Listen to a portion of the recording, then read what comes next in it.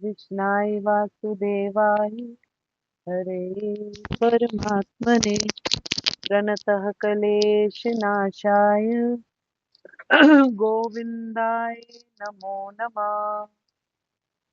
ओम श्री गणेशाय नमः। श्री सीताराम नमः। श्री राधे श्याम नमः।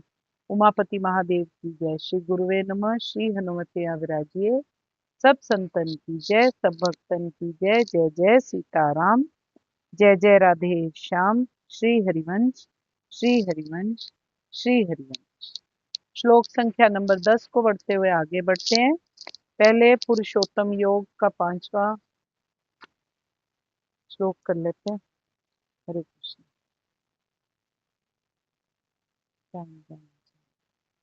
जो झूठी प्रतिष्ठा मोह तथा कुसंगति से मुक्त है, जो शाश्वत तत्व को समझते हैं, जिन्होंने भौतिक काम को नष्ट कर दिया है, जो सुख तथा दुख के द्वंद्व से मुक्त हैं, जो मोह रहित होकर परम पुरुष के शरणागत होना जानते हैं, वह उस शाश्वत राज्य को प्राप्त होते हैं।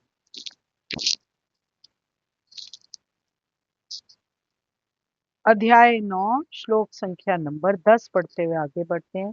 भगवान जी कह रहे हैं, हे कुंती पुत्र, ये भौतिक प्रकृति मेरी शक्तियों में से एक है और मेरी अध्यक्षता में ही कार्य करती है, जिससे सारे चर तथा अचर प्राणी उत्पन्न होते हैं। इसके शासन में ये जगत बारंबार सृजित और विनिष्ट होता रहता है। दो बातें। पहली बात, जो जगत है वो बार बार सृजित और विनिष्ट होता रहता है। दूसरी बात, जितने चर और अचर प्राणी हैं वो भगवान जी की अध्यक्षता में उत्पन्न होते हैं। और तीसरी बात, ये जो भौतिक प्रकृति है, भगवान जी कह रहे हैं मेरी शक्तियों में से एक है। इसका मतलब भगवान जी की अनंत शक्तियां हैं, केवल एक शक्ति ये हमारी भौतिक प्रकृति है। अनेक ब्रह्मांड मैं चला रहा हूँ, भगवान जी कह रहे हैं, सारे मेरे अध्यक्षता में कार्य करते हैं और सारे चर और अचर प्राणी को उत्पन्न मैं कराता हूँ अपनी माया के द्वारा। मैं नहीं ज्यादा कुछ करता, वो बोल रहे हैं कि मैंने उसकी रिस्पॉन्सिबिलिटी माया को दे दिया। इसके शासन में ये जगत बारंबार सृजित होता है और विनिष्ट होता रहता है, बार बार बनता है और बार बार मरता है। श्लोक संख्या नंबर 11। जब मैं मनुष्य रूप में अवतरित होता हूं तो मूर्ख मेरा उपहास करते हैं, वह मुझ परमेश्वर के दिव्य स्वभाव को नहीं जानते। भगवान जी क्या बोल रहे हैं कि जब मैं मनुष्य रूप में अवतरित होता हूं तो मूर्ख मेरा उपहास करते हैं, वह मुझ परमेश्वर को दिव्य स्वरूप को नहीं जानते। अब ज्ञान की एक सीमा होती है और अज्ञान की जो सीमा होती है उसका कोई भी लिमिट नहीं है। हम सब अज्ञान में किसी ना किसी लेवल पर फंसे ही रहते हैं, स्पेशली वो लोग जो श्री कृष्ण की महानता को नहीं जानते, जो उनको नहीं समझते। यहाँ वो उस कृष्ण की बात की जा रही है जो सारी सृष्टि को चलाते हैं, जो परमात्मा स्वरूप हैं, जो सर्वव्यापी हैं, जो हमारे लिए अचिंत्य। हम उनके बारे में सोच भी नहीं सकते, उनकी कहाँ तक उनकी फैलाव है और क्या है। और यहाँ पर हम भगवान जी के अर्जुन सारथी रूप की बात नहीं कर रहे, हम यहाँ पर उनके परमेश्वर के रूप की बात कर रहे हैं। भगवान जी खुद कह रहे हैं कि जब मैं मनुष्य रूप में अवतरित होता हूँ तो मूर्ख मेरा उपहास करते हैं, जैसे दुर्योधन करता था। वे मुझ परमेश्वर के दिव्य स्वभाव को नहीं जानते। भगवान जी क्या कह रहे हैं? कह रहे हैं मेरे परम भाव को ना जानने वाले मूढ़ लोग मनुष्य का शरीर धारण करने वाले मुझ संपूर्ण भूतों के महान ईश्वर को तुच्छ समझते हैं, अर्थात अपनी योग माया से संसार के उद्धार के लिए मनुष्य रूप में विचरते हुए मुझ परमेश्वर को साधारण मनुष्य मानते। एक बार फिर से, मेरे परम भाव को ना जानने वाले मूढ़ लोग मनुष्य का शरीर धारण करने वाले मुझ संपूर्ण भूतों के महान ईश्वर को तुच्छ समझते हैं, अर्थात अपनी योग माया से संसार के उद्धार के लिए मनुष्य रूप में विचरते हुए मुझ परमेश्वर को साधारण मनुष्य मानते। भगवान जी यहाँ कह रहे हैं कि भी मेरे को जो ऑर्डिनरी समझते हैं वो उनके बारे में बात कर रहे हैं। हरे कृष्णा। सोच के भी कुछ अजीब सी फीलिंग होती है यद्यपि भगवान मनुष्य रूप में प्रकट होते हैं, परंतु वो सामान्य व्यक्ति नहीं है। जो भगवान सारे विराट जगत का सृजन, पालन, संहार करता हुआ वो मनुष्य कैसे हो सकता है? तो भी ऐसे अनेक मूर्ख लोग हैं जो श्री कृष्ण को एक शक्तिशाली पुरुष के अतिरिक्त और कुछ नहीं मानते। वो ये समझ जाते हैं कि इनमें कुछ पावर्स हैं, पर वो ये इमेजिन ही नहीं कर सकते कि वो परमेश्वर है। वस्तुतः परमात्मा तो आदि परम पुरुष है, ईश्वर है, परम कृष्ण है, वे परम ईश्वर है, वे परम ईश्वर हैं, वो परम ईश्वर है। श्री कृष्ण परम नियंता है। निसंदेह भौतिक जगत और बैकुंठ लोक दोनों में कई कई निर्देशक होते हैं, परंतु श्री कृष्ण उनके भी परम नियंता है। भगवान जी ने अलग अलग रिस्पॉन्सिबिलिटी अलग अलग लोगों को दी, परंतु ईश्वर परमः कृष्ण वो सिर्फ एक ही है, परमेश्वर वो ही है, तथा उनका शरीर सच्चिदानंद रूप अर्थात अभौतिक होता है, भौतिक प्रकृति से हटके होता है। यद्यपि वो सामान्य व्यक्ति नहीं है, परंतु मूर्ख लोग जो हैं वो उनको मनुष्य मानते हैं और इसलिए उनकी हंसी उड़ाते हैं, क्योंकि वो कुरुक्षेत्र के युद्ध में एक राजनीतिज्ञ और अर्जुन के मित्र की भांति एक सामान्य व्यक्ति बनकर कर्म कर रहे थे, इसलिए लोग सोचते हैं कि वो ऑर्डिनरी है। वे अनेक प्रकार के सामान्य पुरुषों की भांति वहां पर कर्म कर रहे थे, परंतु उनका जो शरीर है वो सच्चिदानंद विग्रह रूप है। वो हम लोगों को, जो इनकी नॉलेज को समझ जाता है, जो इस ज्ञान में परिपक्व होने की कोशिश करता है, उसको पता चलता है कि परमात्मा एक्स्ट्रा ऑर्डिनरी है। इसलिए वो बोल रहे हैं सचिदानंद रूपाय श्री कृष्णाय। मैं भगवान श्री कृष्ण को नमस्कार करता हूँ जो सचिदानंद रूप है। ये उपनिषदों में लिखा हुआ है। अब फिर आगे वो बोल रहे हैं कि आगे क्या लिखा हुआ है, तमेक गोविंदम, आप इंद्रियों तथा गायों के आनंद स्वरूप गोविंद है, सचिदानंद विग्रहम, तथा आपका स्वरूप सचिदानंद स्वरूप है। श्री कृष्ण के बारे में ऐसी धारणा उसकी अल्पज्ञता के कारण होती है, इसीलिए वह मूढ़ कहलाता है, जो व्यक्ति परमात्मा को नहीं समझता। एक सेकंड होल्ड करना प्लीज। श्री हरिवंश माफी चाहती हूँ। जो श्री कृष्ण के बारे में ऐसी धारणा कि वो नॉर्मल है, वो इंसान की अल्पज्ञता के कारण होती है, इसीलिए उसको मूढ़ बुद्धि कहा जाता है।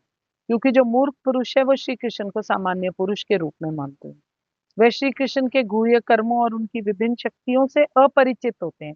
वो एक्सेप्ट ही नहीं करना चाहते कि भगवान जी एक्स्ट्रा ऑर्डिनरी है। वो ये जानते ही नहीं है कि श्री कृष्ण का जो शरीर है वो पूर्ण ज्ञान और आनंद का प्रतीक है।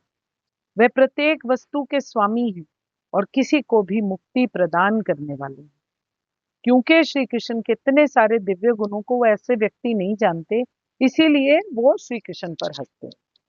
ये मूड ये भी नहीं जानते कि इस जगत में भगवान का अवतरण उनकी अंतरंगा शक्ति का ही प्राकट्य है और कुछ नहीं। और हम लोग किससे अफेक्ट हैं? मम माया दुरत्तया। भगवान का दावा है कि यद्यपि भौतिक शक्ति अत्यंत प्रबल है, पर वो उनके वश में रहती है, और जो भी उनकी शरण ग्रहण कर लेता है वो इस माया के वश से बाहर निकल सकता है। मनुष्य जैसा रूप कैसे एक साथ विशाल को तथा अनु को वश में कर सकता है, ये सोचने वाली बात है। किंतु वह इस जगत से फिर भी विलग रहते हैं। वह एक साथ असीम और नॉर्मल को भी वश में कर सकते हैं, तो भी वो उनसे हटकर रहते हैं। किंतु जो शुद्ध भक्त हैं वो इस बात को स्वीकार करते हैं कि भगवान श्री कृष्ण सब कुछ है। वे पूर्णता उनकी शरण में रहते हैं और कृष्ण भगवान जी की भक्ति में रत रहकर परमात्मा के साथ अपने आप को सदैव जोड़े रखते हैं। भगवान जी मनुष्य के रूप में, भगवान जी का प्राकट्य जो है वो मूर्ख को ही मोहित बना सकता है, परंतु जो ज्ञानी है उसको मोहित नहीं बना सकता। कोई भी मनुष्य उनके अलौकिक कार्यों को संपन्न नहीं कर सकता, इसमें कोई डाउट ही नहीं है। जिससे जो जिसने यहाँ पर जो भी मोहित शक्तियों से जो हमको क्या कहते हैं, सॉरी, जो जो हमारे को पथभ्रष्ट करने की कोशिश करती हैं चीजें, वो सारी की सारी भौतिक हैं। उनसे हम मोहित होते हैं, तभी हम परमात्मा के असली रूप को नहीं जान सकते। यद्यपि श्री कृष्ण भगवान है, किंतु इसके साथ वो सर्वव्यापी भी है। इसकी पुष्टि ब्रह्म संहिता में भी की हुई है। यद्यपि उनके निजी धाम गोलोक वृंदावन, फिर भी वो निरंतर हमारे यहाँ पर भी वास करते हैं। वो अपनी शक्ति से विभिन्न अभिव्यक्तियों द्वारा अपने श्वास के द्वारा भौतिक और आध्यात्मिक जगत में सदैव विद्यमान रहते हैं। सिर्फ स्वार्थी ही हैं, असुरी बुद्धि है जो उनको किसी ऑर्डिनरी रूप में समझती है। श्लोक संख्या नंबर 12। वे व्यर्थ आशा, व्यर्थ कर्म और व्यर्थ ज्ञान वाले विक्षिप्त चित्त अज्ञानी जन राक्षसी, असुरी और मोहिनी प्रकृति को ही धारण किया करते हैं। यहाँ पर भगवान जी क्या बोल रहे हैं? कह रहे हैं जो लोग इस प्रकार मोहग्रस्त होते हैं वो या असुरी तथा नास्तिक विचारों के प्रति आकृष्ट रहते हैं। इस मोहग्रस्त अवस्था में उनकी मुक्ति आशा, उनके सकाम कर्म तथा ज्ञान का अनुशीलन कभी भी पूरा नहीं हो सकता। फिर से पढ़ती हूँ एक बारी। जो लोग इस प्रकार मोहग्रस्त होते हैं वो असुरी तथा नास्तिक विचारों के प्रति आकृष्ट रहते हैं। इस मोहग्रस्त अवस्था में उनकी मुक्ति आशा, उनके सकाम कर्म तथा ज्ञान का अनुशीलन सभी निष्फल हो जाता है। अब भगवान जी यहाँ पर कह रहे हैं बहुत से ऐसे लोग हैं जो श्री कृष्ण को नहीं मानते। ऐसे लोग राक्षसी, मोहिनी और असुरी लोग हैं। इसका ये मतलब नहीं है कि ये कोई जात पात के साथ इसका कोई कनेक्शन है या हम बोल रहे हैं कि ये इस जाति को बिलोंग करता है या उस जाति को बिलोंग करता है, बिल्कुल भी नहीं। इसका मन, इसका जो कनेक्शन है वो केवल मन के स्वभाव से है। भगवान जी के प्रभाव को जो ना जानने वाले असुर मनुष्य हैं, ऐसी निरर्थक आशा करते रहते हैं जो कि कभी भी पूर्ण नहीं होती। उनका सारा दिमाग भौतिक जगत में होता है। भगवान जी और शास्त्रों पर विश्वास ना करने वाले जो विषयी लोग हैं वो शास्त्र विधि का त्याग करके अश्रद्धा पूर्वक मनमाने मनमाने ढंग से यज्ञ आदि कर्म करते रहते हैं। उन कर्मों का उन्हें ना इस लोक में ना परलोक में कोई फल मिलता है। ये कौन बोल रहा है? भगवान जी अपने मुंह से बोलते हैं। भगवान जी के प्रभाव को जो मनुष्य नहीं जानता वो सांसारिक भोगों को सत्य और सुखप्रद समझकर उसी में परायण रहता है। वे भ्रमवश ये समझते हैं कि इन भोगों को भोगना सबसे बड़ा सुख है और इससे बढ़कर और कुछ भी नहीं है। इसी कारण वो सच्चे सुख की प्राप्ति से हर समय वंचित रहते हैं। जिनका चित्त विक्षिप्त हो, संसार की भिन्न भिन्न वस्तुओं में आसक्त रहने के कारण जिनका चित्त स्थिर ना रहे, ऐसे आसुरी प्रकृति वाले मनुष्यों का मन जो है वो प्रति क्षण भांति भांति की अलग अलग कल्पनाएं करता रहता है। भौतिक कल्पनाएं करता रहता है, उस चक्कर में फंसा रहता है। राक्षसों की भांति बिना किसी कारण द्वेष करना, दूसरों का अनिष्ट करना, उनको कष्ट पहुंचाना इनका स्वभाव है। इसीलिए इसको राक्षसी प्रवृत्ति कहा जाता है।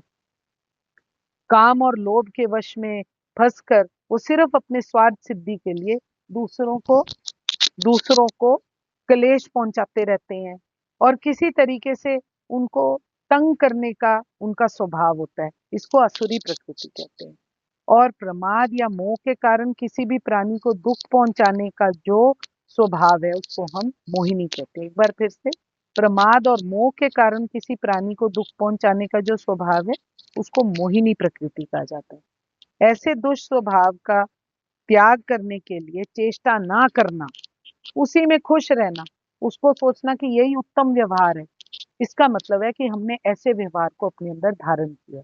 भगवान जी के प्रभाव को जो मनुष्य नहीं जानते वो ऐसा करते रहते हैं, इसीलिए वो बाकी उक्त प्रकृतियों की तरफ आश्रित रहते हैं।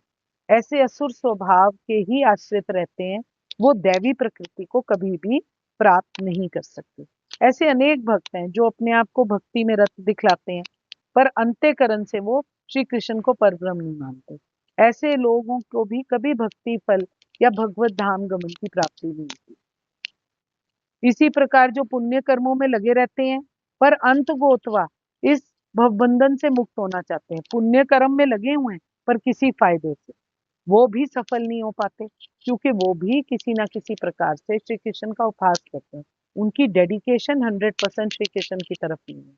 दूसरे शब्दों में जो लोग श्री कृष्ण पर हंसते हैं उन्हें आसुरी या नास्तिक समझना चाहिए। परम सत्य तक पहुंचने के उनके मानसिक चिंतन उन्हें मिथ्या परिणाम का ही को प्राप्त कराते हैं।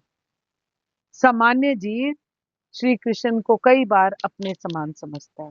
ऐसी मिथ्या धारणा के कारण वो सोचते हैं कि अभी तो ये शरीर केवल प्रकृति द्वारा ही आच्छादित है।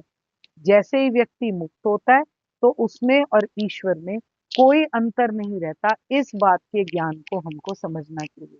जैसे ही व्यक्ति मुक्त होगा, उसमें और ईश्वर में कोई अंतर नहीं रह जाएगा, क्योंकि आत्मा परमात्मा का ही अंश है। श्री कृष्ण से समता का ये प्रयास भ्रम के कारण निष्फल हो जाता है। इस प्रकार का असुरी और नास्तिक ज्ञान अनुशीलन सदैव व्यर्थ रहता है। यही श्लोक यहाँ पर इसी के बारे में बात कर रहे हैं। जो श्री कृष्ण के शरीर को भौतिक मानता है, उसे श्रुति तथा स्मृति के समस्त अनुष्ठानों से वंचित कर देना चाहिए। फिर से बोलती हूँ, जो श्री कृष्ण के शरीर को भौतिक मानता है, उसे श्रुति तथा स्मृति के समस्त अनुष्ठानों से वंचित कर देना चाहिए। यदि कोई भूल से उसका मुंह देख ले तो उसे तुरंत गंगा स्नान करना चाहिए, जिससे ये छूत दूर हो सके। अब यहाँ वो संगत की बात कर रहे हैं कि संगत की कितनी इंपॉर्टेंस है। जो श्री कृष्ण के शरीर को भौतिक मानता है, उसकी स्मृति के समस्त अनुष्ठानों से वंचित कर देना चाहिए। अगर एक कोई भूल से ऐसे व्यक्ति का मुंह देख ले तो उसे तुरंत गंगा स्नान करना चाहिए, जिससे छूत दूर हो सके। क्योंकि भगवान का ऐश्वर्य वो समझ नहीं पा रहे। उनके भाग्य में जन्म जन्मांतर तक नास्तिक और असुर योनियों में रहना ही लिखा हुआ है। उनका वास्तविक ज्ञान सदैव के लिए भ्रम में रहेगा और धीरे धीरे वो सृष्टि के अंधकार में गिरते रहेंगे। जय जय सीताराम, जय जय राधे श्याम। कृष्णाय वासुदेवाय हरे परमात्मने प्रणतकलेश नाशाय गोविंदाय नमो नमः। मैं आपके हृदय से प्रेम प्रभु को नमस्कार करती हूँ। अगर मुझसे कोई भूल त्रुटि हो तो कृपया मुझे क्षमा कीजिएगा। 13वां और 14वां श्लोक कल करेंगे। जय जय सीताराम, जय जय राधे श्याम। श्री हरिवंश, श्री हरिवंश, श्री हरिवंश। राम राम जी सबको। जय जय राम।